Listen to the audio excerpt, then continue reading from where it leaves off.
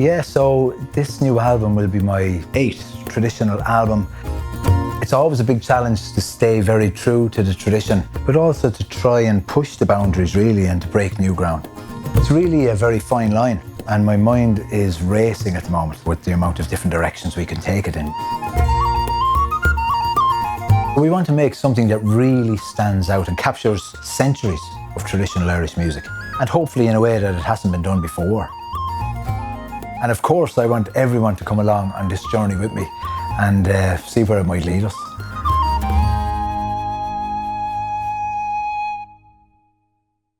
Well, I suppose, look, we're going to go in and record this album with these wild Irish whistles, and it's something I'm really looking forward to. But I suppose the most important part of, I suppose, producing a commercial album like this is your preparation of material beforehand and your choice of material. And you know, it's a part of the work that I really enjoy. I must say, as I said, I'm always collecting tunes anyway, but yeah, I really enjoy putting the sets together and arranging different pieces and looking at the many different types of tunes in our traditional Irish music, like reels and jigs and hornpipes. And of course, we'll have to put those sets on it. But you know, I love the Sliabh Luachra music, and I particularly love the slides and the polkas. So yeah, I'm definitely starting to look at a couple of sets of polkas and a couple of sets of slides. And I suppose the polkas in particular, they're so rhythmically driven. I love the fact of the polkas are more so than melody. If you really strip down a polka, they're sometimes not so melodic, but they're rhythmically driven all the time, and I love that lovely rhythmic drive in them. You know, it's